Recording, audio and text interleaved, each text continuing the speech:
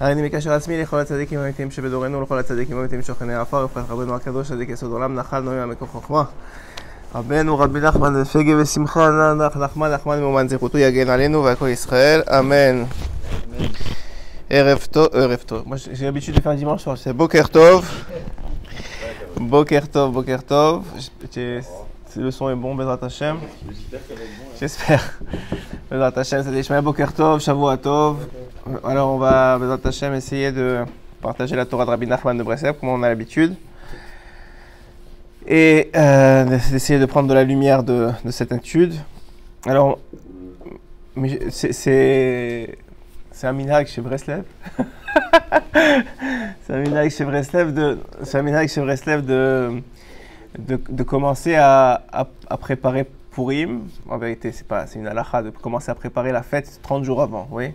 C'est pas à Pessah, on commence à étudier la halakha 30 jours avant, etc. Il faut commencer à boire 30 jours avant. Et il faut commencer à boire 30 jours avant. Non, mais c'est écrit que la lumière de la fête, en tout cas, Rabbi Nachman, il écrit dans Sefer Hamidot, que la lumière de la fête, elle commence à influencer le temps, l'énergie, 30 jours avant la fête elle-même.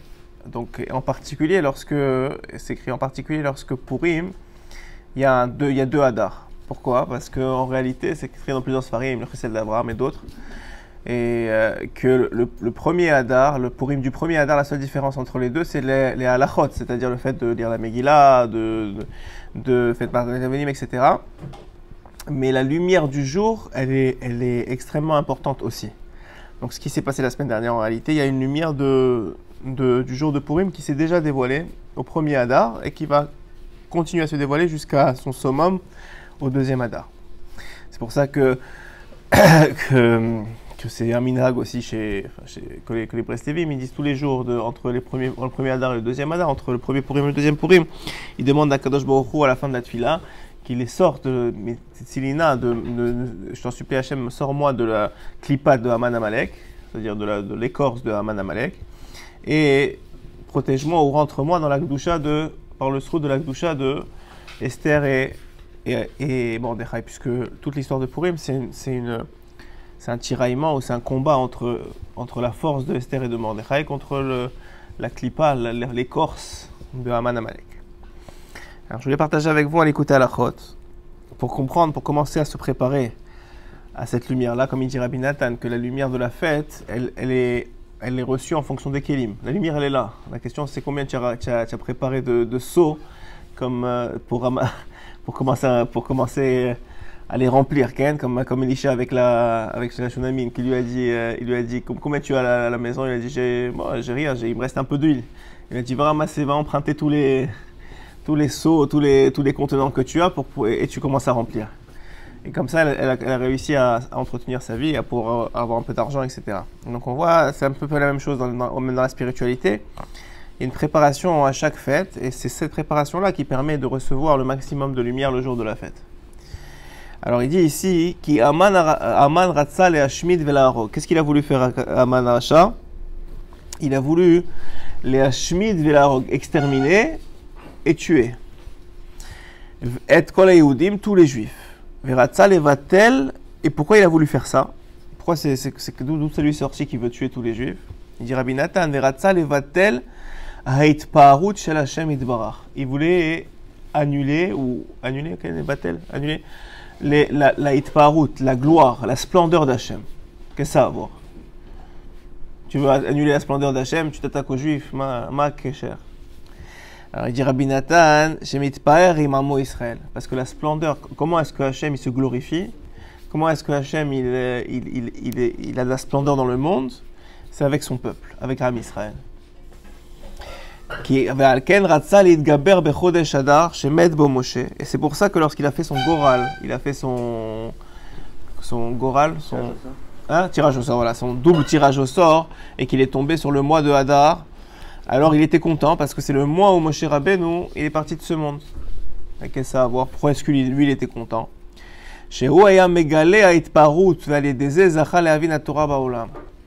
Parce que le rôle, pas le rôle, mais la conséquence normale qu'un tzaddik qui fait dans ce monde, c'est qu'il dévoile la gloire, la splendeur d'Hachem à travers chaque béné Israël. Je vous ai déjà expliqué que le principe d'un tzaddik, c'est qu'il il est parfait, ou il est rendu presque parfait dans toutes ses midotes, dans tous ses traits de caractère.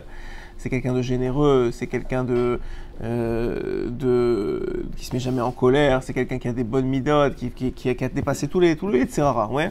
Il est cholette sur son Yetzirara, parce que la vérité, c'est que toutes les midotes, c'est une question de contrôle, ouais. Personne n'est né généreux et gentil, bon, il y en a que oui, il y en a qui ont des midotes, mais dans toutes les midotes, ça n'existe pas. Tout le monde a une faiblesse quelque part. Il y en a c'est l'argent, il y en a c'est les femmes, il y en a c'est la nourriture, il y en a chacun avec la ta'ava qu'il a. Donc ici, celui qui s'appelle Moshe Rabbeinu, qui est le tzaddik des tzaddikim, lui il a contrôlé toutes ces mauvaises midotes, à tel point que, puisque lui il est entre guillemets parfait, il ne peut voir que, il est totalement bien, il ne peut voir que le bien chez l'autre. Ça veut dire quoi? Ça veut dire que tu présentes même le plus grand des rachats, il est capable de lui sourire, il est capable de le... Sincèrement, pas genre il veut soi-disant le mécarep. Sincèrement, il est capable de voir le bien chez lui. Quelle est sa nekuda tova, il a fait du bien dans le monde. Il est capable de voir ça. Et donc quoi? Et donc ça fait en sorte qu'il dévoile la splendeur d'Hachem. Parce que la splendeur d'Hachem, c'est ces béné Israël, c'est ces juifs-là. Alors maintenant, hein? Il voulait pas, il s'est baissé, il a dit toi tu t'en occupes parce que moi je peux pas. Voilà, il s'est remis lui-même en question, tu as raison. Donc le principe fondamental, il est que la splendeur d'Hachem, c'est les béné Israël. Maintenant tu vas me dire qu'il n'y a pas de plus grand difficulté que quand lorsqu'on commence à vivre ensemble, on remarque qu'il y a beaucoup plus de difficultés à trouver des terrains d'entente, à ne pas se disputer, à ne pas...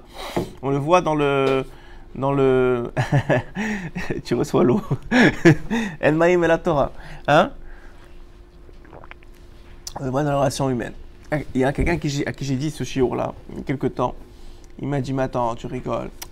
Ça veut dire quoi, regarder le bien tout le temps? J'en ai marre de ces idées. Moi, chaque fois que j'ai une histoire avec un juif, ça se finit mal, on se dispute, on se truc. Chaque fois qu'on me prête un truc, ça se casse. Après ça, on passe devant le rabbin. Il y a toujours des histoires. Et en plus, il avait raison. Il a dit, en plus, tu vois que toutes les halachot de Ben Adam Lachavero, il faut faire attention. Par exemple, tu prêtes de l'argent, il faut 2 témoins. Si vraiment c'est père chez l'Israël, il est magnifique, tu n'as pas besoin de 2 témoins, tu lui fais confiance. Celui-là, il y a plein d'halachot pour réguler et qu'il n'y ait pas de problème. Si tu me dis que c'est père chez l'Israël, que les béné Israël, ils sont parfaits, ils sont extraordinaires, alors pourquoi j'ai besoin de ça?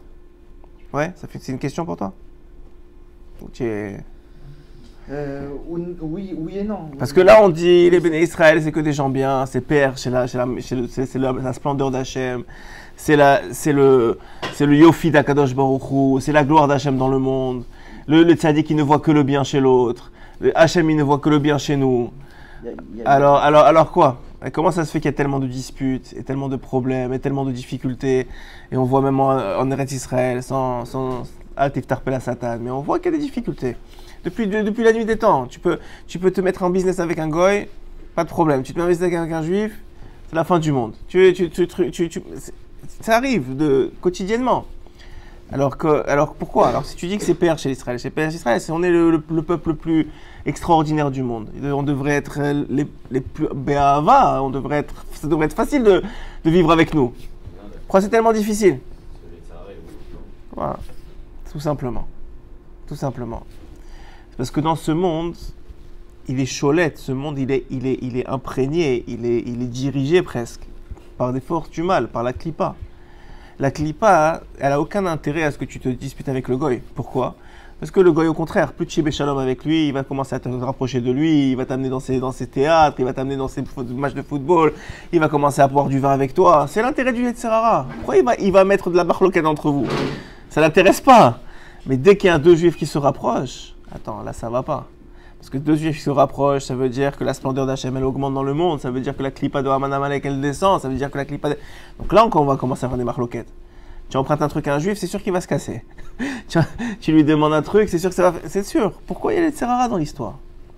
Et chaque fois, dit Rabbi Nachman, que tu vois qu'un juif, il agit mal, c'est pas parce que lui, il agit mal. C'est parce que son Yetzer Hara, il l'amène à agir mal. Ah, mais il faut être un tzaddik pour voir cette chose-là. Tu vois que le gars, il agit mal. Tu dis, ça y est, laisse-moi tranquille, je veux pas te parler, j'en ai marre. Il dit, ça, c'est la différence. Ça, c'est la différence entre les grands tzaddikim qui ont compris ce concept-là parce qu'ils voient devant leurs yeux le Yetzer Hara et les autres. C'est qu'un juif, si tu lui enlèves le Yetzer Hara, c'est la plus grande diamant du monde. Il n'y a pas un plus gentil, il n'y a pas un plus généreux, il n'y a pas un plus aidant, il n'y a pas un plus aimant, il n'y a pas. Ça n'existe pas. Rien qu'enlève-lui le Yetzer Hara. Mais tant qu'il y a le Yetzer Hara, et qu'en plus il n'y a pas de Torah, alors la Gemara elle dit celui qui n'a pas de Torah, il est pire qu'une Nevela. C'est un animal qui est... On va pas rentrer dans les détails, ouais. Pourquoi? Parce qu'il n'y a pas de shlita sur le Yetzer Hara. Le Yetzer Hara, il fait ce qu'il veut. Et le Yetzer Hara, c'est la force la plus dure dans le monde, la plus contrôlante dans le monde. Et on sous-estime cette force-là.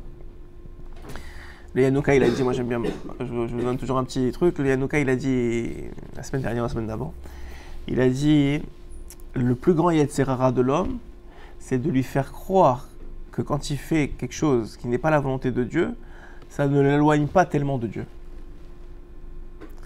Je répète, le plus grand Yetzer Hara de l'homme, c'est quand il te dit genre, ça va, tu peux manger ça, c'est pas la meilleure cache-route, mais c'est pas grave.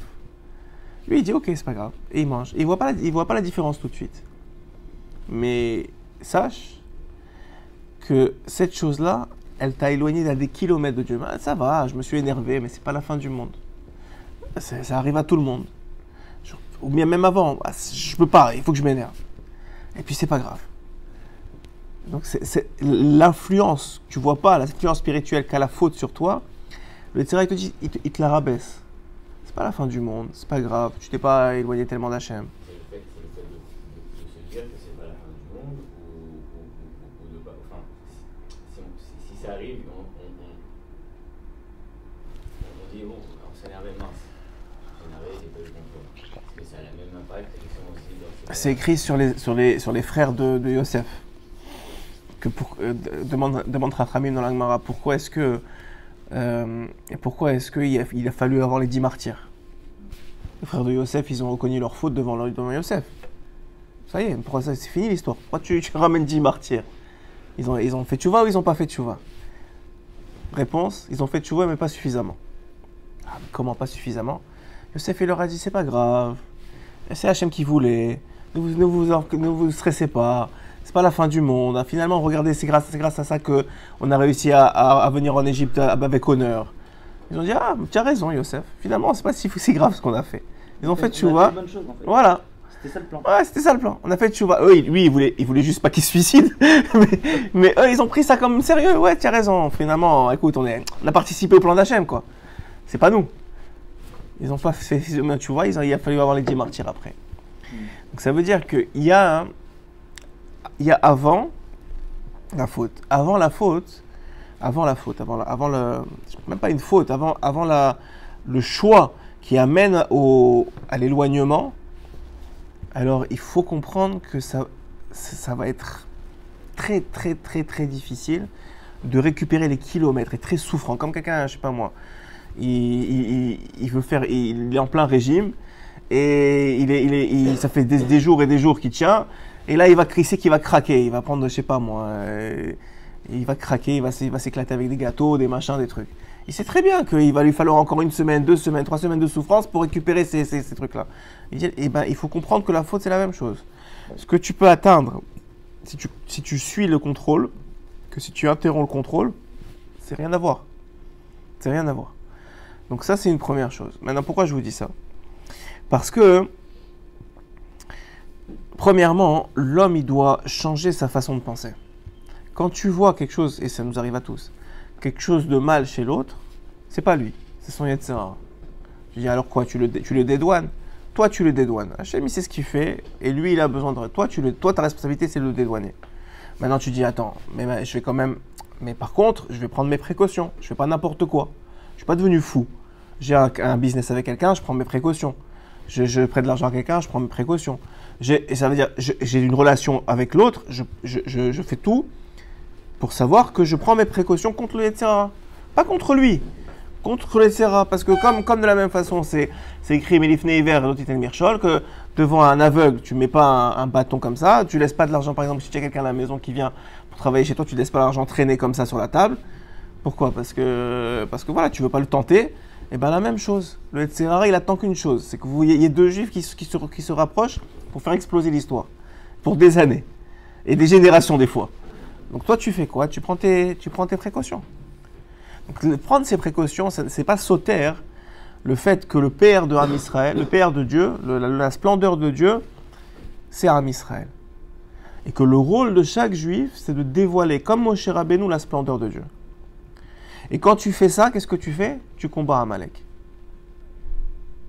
Tu combats Amalek. Pourquoi ? Parce que dit Rabbi Nathan, c'est quoi Amalek ? Le but de Amalek, c'est de casser la splendeur de Dieu. Quand un juif, il dit d'un autre juif quelque chose de mal, Amalek, il est aux anges. Il est aux anges. Il est heureux. Pourquoi ? Parce que c'est un peuple qui est séparé. Il veut un peuple séparé. Toute l'idée, c'est ça. Que dans les Kétoret, ouais, on dit que les Kétoret, c'est la chose qui protège des maguéphotes. Vous savez, quand il y a eu le corona, on a dit tout le monde a demandé de faire des Kétoret. Pourquoi ? Pourquoi il y a tellement de pouvoir dans ces Kétoret-là, dans ces encens ? Parce que le principe de l'encens, c'est de ramener ensemble 11 épices, dont une qui s'appelle la Chelbona. La Chelbena. La Chelbona ou la Chelbena, c'est ça, si tu le prends, c'est ce qui sent le plus mauvais au monde. Il n'y a pas plus mauvais que la Chelbona. Maintenant, qu'est-ce qui se passe ? Alors, tu te demandes, mais je ne comprends pas. Pourquoi tu le mets avec les encens ? Si ça sent le plus mauvais, laisse-le. Moi, je veux quelque chose qui sent bon. Ouais ? Il dit non. Ça, c'est un Israël. Même celui qui a l'air de sentir le plus mauvais, il faut le mettre dedans. Et c'est comme ça que tu fais quelque chose qui est uni. Et c'est ça qui donne la bonne odeur. Donc, et c'est d'ailleurs ce que disaient les Chachamim. Et c'est rapporté dans plusieurs sfarés. Mais par exemple, comment il s'appelle le Rav qui est enterré à côté de Baba Salé, j'ai oublié son nom. Le Rav, j'ai oublié son nom. Raval. Ouais, c'est le Rav. Non. Ouais, c'est les livres de. Bon, c'est pas grave. Rav Yoram Avergel. Voilà, Rav Yoram Avergel. Rav Yoram, merci. J'ai un blanc. Rav Yoram Avergel, il était contre toutes les minyanes où il y avait écrit genre minyan pour Avrechim, minyan pour Bnei Torah. Il voulait pas ça.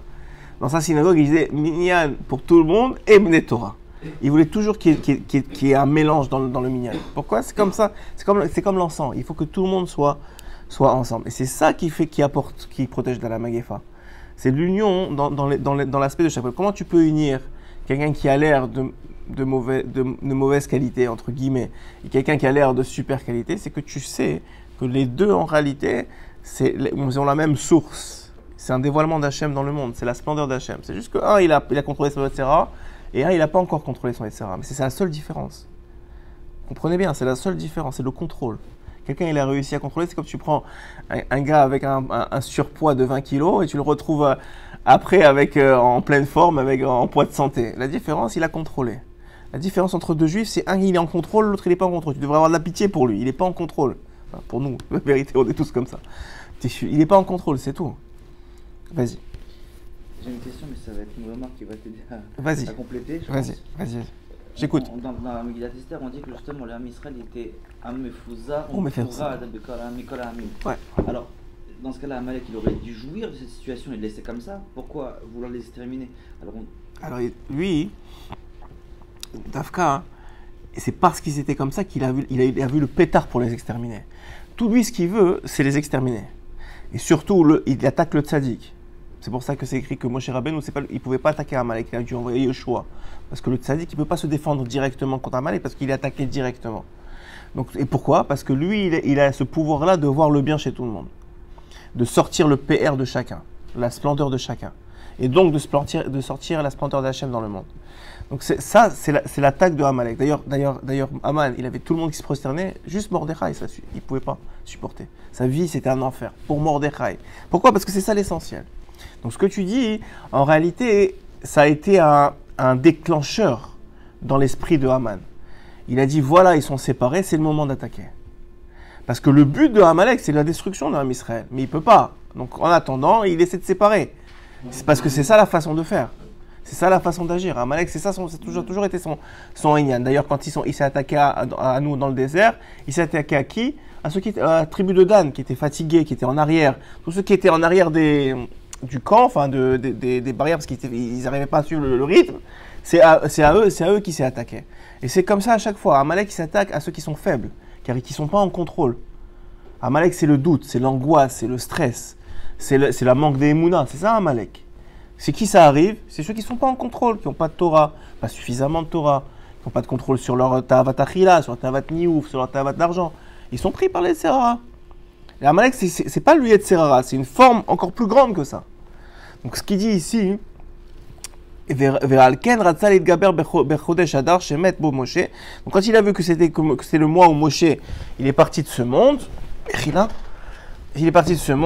alors il a dit c'est bon. Ça veut dire que c'est le mois où celui qui était capable de dévoiler la Hitpaharut de Am Israël, il est parti.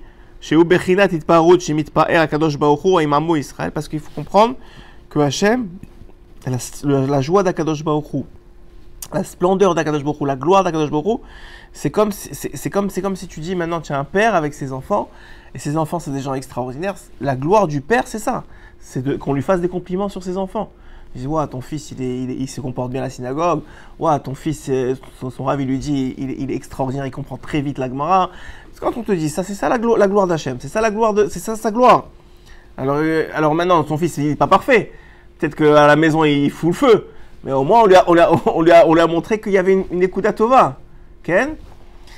Ve'aliyat Torah shemkayem Israël. Ken aliyat Torah aya idgalut aretzonot shel abriya. Donc on voit quoi? Que c'est ça qui a fait que Moshe Rabbeinu était capable de recevoir la Torah et de la dévoiler. C'est cette capacité à dévoiler chaque Nekuda Tova de chaque juif. Pourquoi? Parce que la Torah, c'est écrit le Zohar, il dit Torah, Israël, Vakadosh Baruch Hu, Chadhu. Ça veut dire toi tu es juif, toi tu es Dieu, toi tu es Dieu, toi tu es Dieu. Ça veut dire même pas représentant, c'est écrit Chadhu. Il n'y a pas de représentant, il n'y a pas de séparation. Chadou, c'est pas mignon. Ah, ok, je croyais que c'était mignon. C'est pas juste pour faire c'est pas un fort, genre, c'est l'union. Alors le Elian, il est comme ça. Le Elian, il faut bien comprendre que la Torah qu'on étudie, c'est Dieu. Que Israël, c'est Dieu. Maintenant, si vous avez compris ce que je vous ai dit jusqu'à maintenant, Israël, c'est pas ce que vous voyez. Israël, c'est ce qui est à l'intérieur. Vous arrivez à voir quand il commence à contrôler. Quand tu vois des tzadikim, tu commences à comprendre c'est qui Israël. Quand tu vois Baba Saleh, tu commences à comprendre. Si tu es ceux qui ont vu, Rav Kanievski, tu commences à comprendre c'est qui Am Israël. Mais sinon, le reste, c'est caché, bifnim, dans la plus grande boue. C'est pas Israël. C'est ce que des fois, tu vois des petits nekudot tovot, des trucs, mais c'est pas Am Israël. C'est du Yetzer Hara, beaucoup de Yetzer Hara qui cache beaucoup l'Am Israël. Mais Israël, Am Israël, le PR de Israël, c'est Dieu. La Torah, c'est Dieu. Quand on trouve un livre de Torah, c'est Dieu. Alors tu me dis, mais attends, mais c'est pas... Alors il y a des gens qui ne comprennent pas. Quand je dis c'est Dieu, ça ne veut pas dire c'est tout Dieu. Dieu, il est beaucoup plus grand que la Torah, beaucoup plus grand qu'Israël. Et c'est comme vous prenez des cercles, vous avez un cercle qui englobe un autre cercle qui englobe un autre cercle. Cet autre cercle, il est dans le premier, mais ce n'est pas le premier. C'est juste une partie du premier. Donc Chadhu, ça veut dire que dans ce cercle, le petit cercle-là, il y a Dieu, il y a la Torah, il y a Israël. Tu comprends?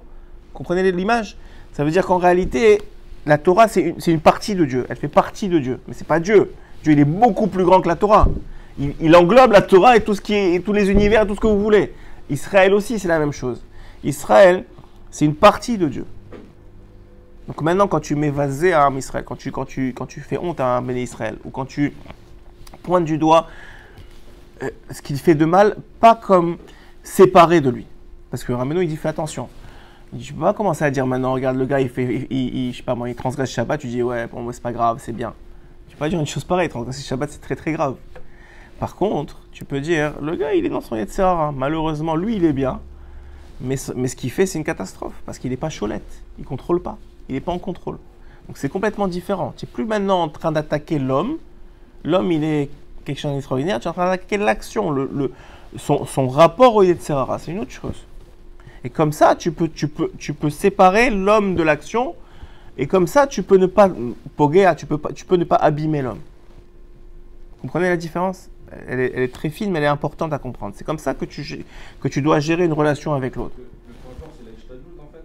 C'est-à-dire Il faut se renforcer vis-à-vis du Yetzer Hara, c'est la seule chose qui te permet, entre guillemets, de. Vis-à-vis de soi-même ou vis-à-vis de l'autre? Que ce soit même de soi-même ou vis-à-vis de l'autre, ça permet de justifier un petit peu les fautes, quoi. Ouais. Mais un juif sans Yetzer Hara, il ne faute pas. C'est ce qui va arriver à la fin des temps. Un goy, sa nature, certains sont bons, mais certains, leur nature, c'est de fauter même sans rien. Ils n'ont pas besoin de Yetzer Hara. Okay, mais un juif sans Yetzer Hara, il ne faute pas. Ça n'existe pas. Parce qu'un juif sans Yetzer Hara, c'est une neshama divine. Il n'y a que du bien.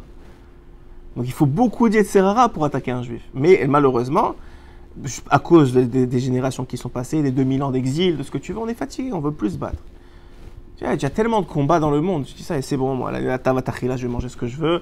Moi, les filles, j'en ai marre de tourner la tête, je vais regarder. Moi, l'argent, écoute, le monde, il tourne avec l'argent, je vais tourner. Tu comprends? Mais c'est de la fatigue. C'est pas quelqu'un il est pris dans l'histoire. Okay, c'est ça qu'il faut comprendre. Je sais que c'est très difficile à comprendre et ça a l'air un peu utopique, mais c'est Chachamim qui parle. Donc eux, ils savent ce qui est la réalité. Nous, on voit des gens qui se comportent mal, tu te dis, mais je comprends pas ça. C'est une catastrophe, tu vois. Je préfère 1000 fois travailler avec un goy que travailler avec lui. Ouais, alors que non, c'est pas comme ça que ça marche. Alors on continue. Un goy te déteste quand même, non? Ah, mais ça, c'est à la fin que tu t'en rends compte. C'est vrai, c'est à la fin que tu t'en rends compte. Bereshit, Bishvil la Torah, Shenikred Reshit, ou Bishvil Israël, Shenikreu Reshit. Et c'est pas vrai pour tout. Quand même, il y a des gens bien partout. Bishvil la Torah, Shenikred Reshit, ou Bishvil Israël, Shenikreu Reshit. Donc, le monde, il a été créé pourquoi? Bereshit, pour la Torah et pour Israël. Donc, pour la Torah, pour Israël qui fait la Torah. Et on sait aussi que chaque lettre de la Torah, c'est un béni Israël. Le Baal Shem Tov, il dit, quand tu n'aimes pas un autre juif, tu as un marloquette avec un autre juif, alors ta Torah, elle n'est pas shalem. Ta Torah, tu ne peux pas recevoir la Torah. Il dit ça sur Shavuot. Il dit, tu peux pas recevoir la Torah. Il dit pourquoi? Parce que la Torah, elle dit, une Torah qui manque une lettre. Elle est psoula.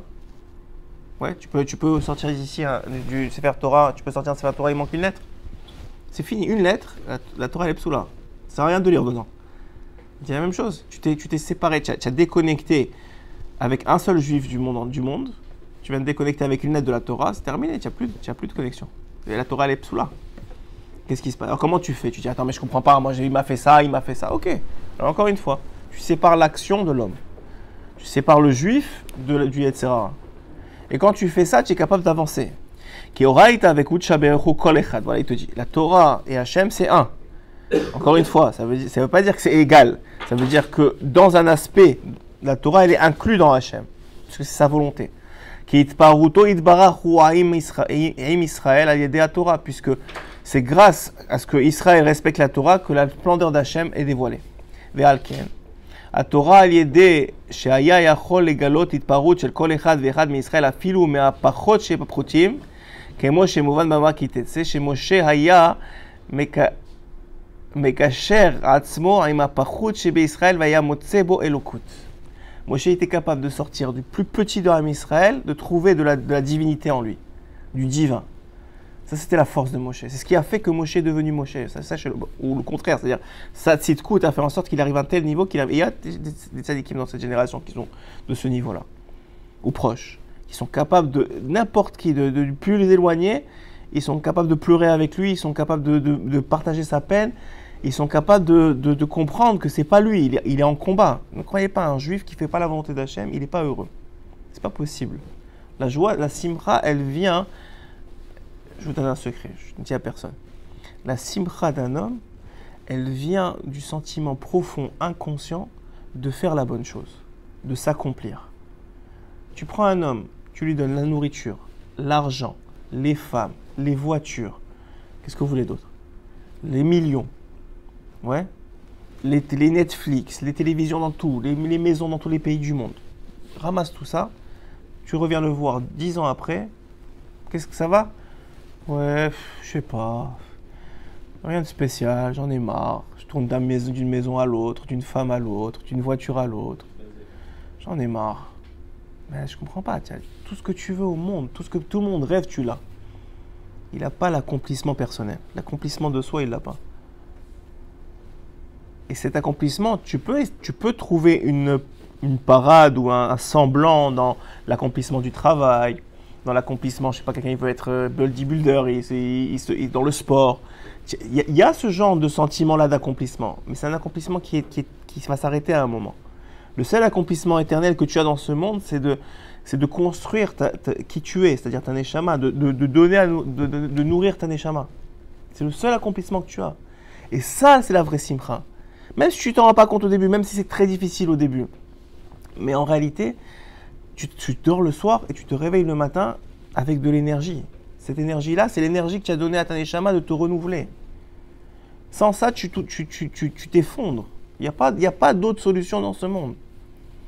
Quelqu'un, il a dit, hier au shiur, il y a quelqu'un qui a dit, moi je ne comprends pas, c'est écrit que la Torah c'est très important, mamash, et qu'on ne peut pas faire sans Torah.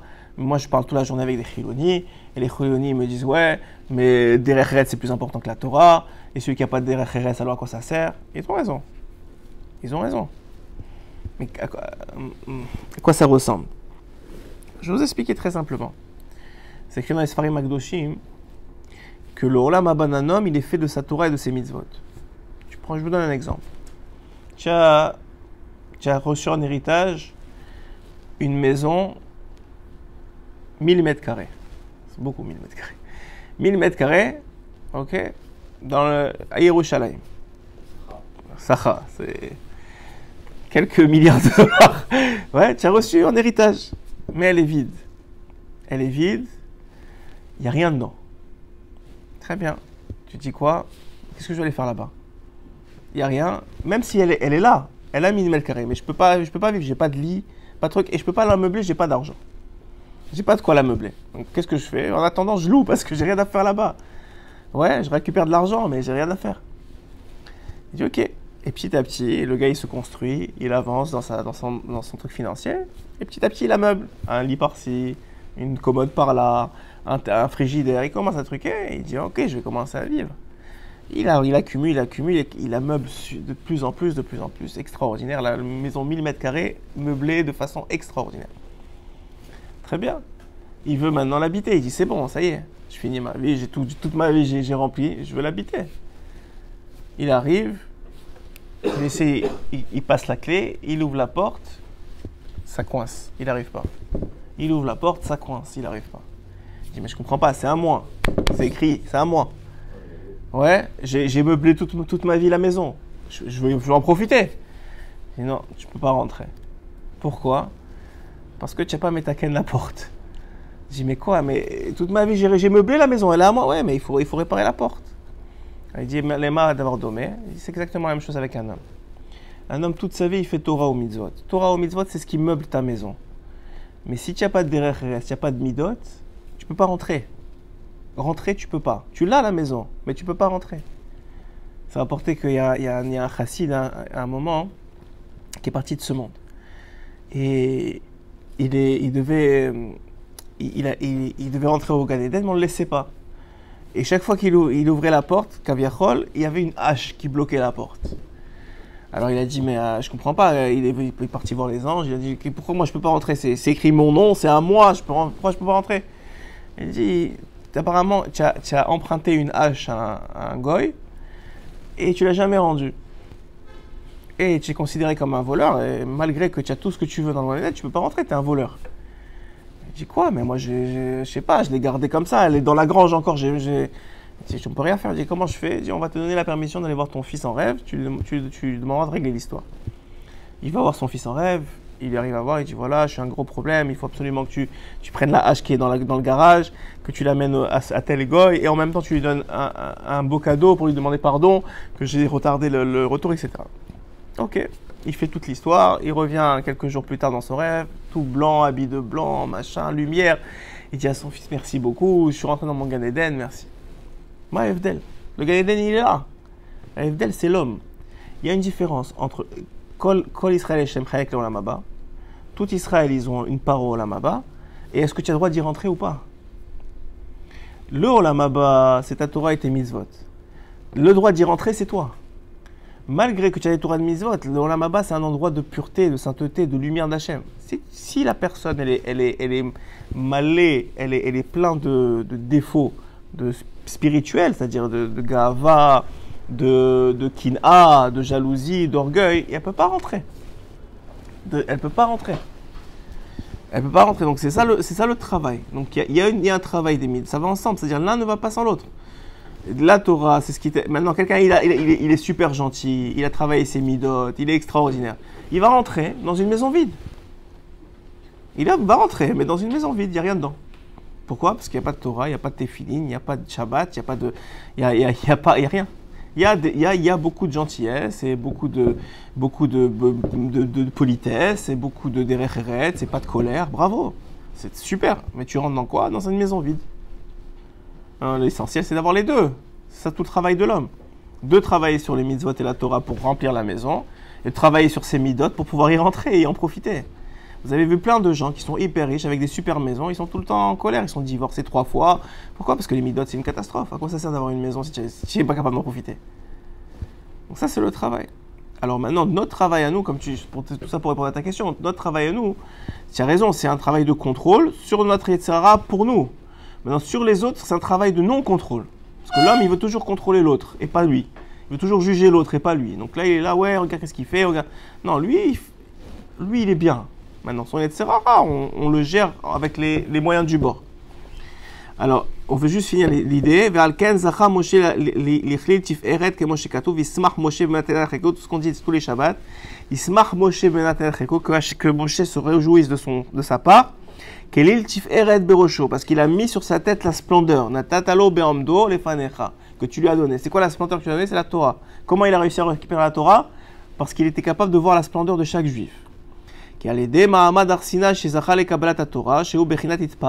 splendeur d'un juif, c'est sa Torah. C'est ça qui le rend spécial. Tu peux tourner dans tous les sens. Un juif, c'est spécial. Pourquoi? Parce qu'on a reçu la Torah. Sans la Torah, on est rien d'autre qu'un autre peuple. Il y a la Gemara qui dit sur Rabbi Yosef.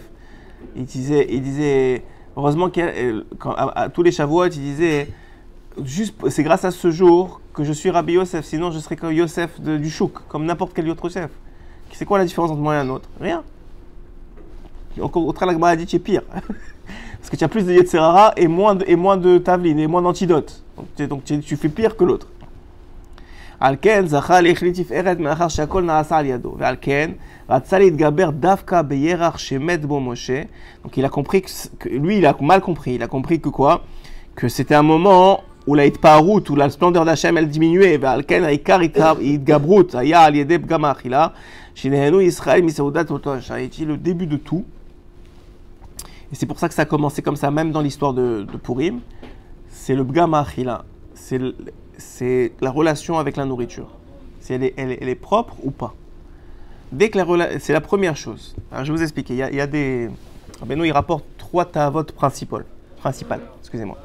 Ta'avat achila, ta'avat niouf et ta'avat mamon.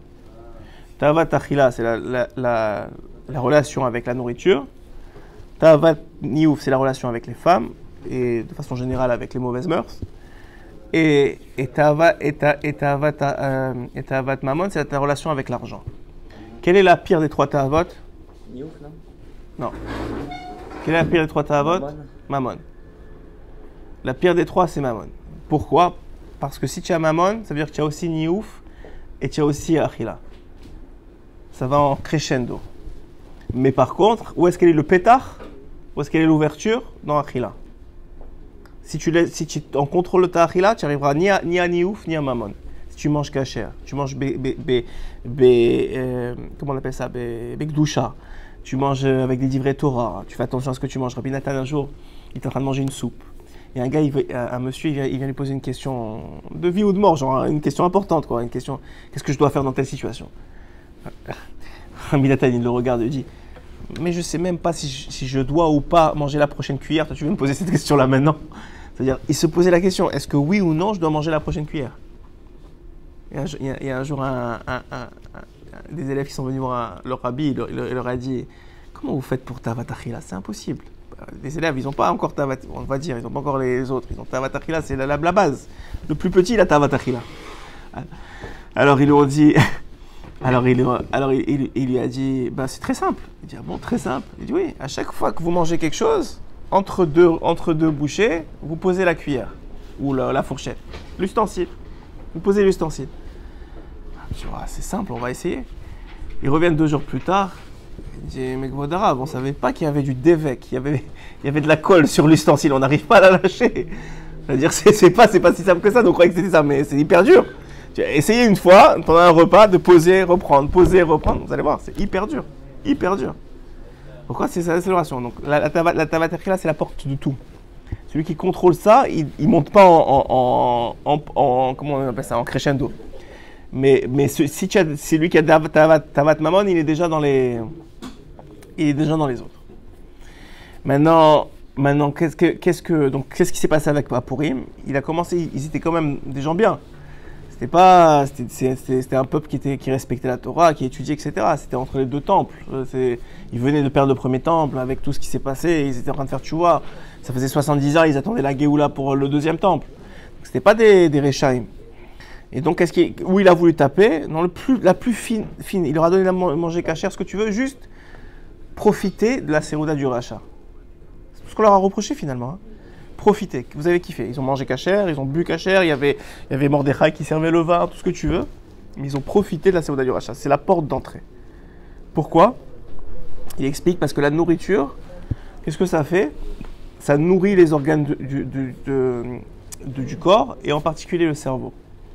Le sang qui irrigue le cerveau, il est alimenté par les nutriments qui sont séparés dans le foie, etc. Oui ou non? Ça marche comme ça.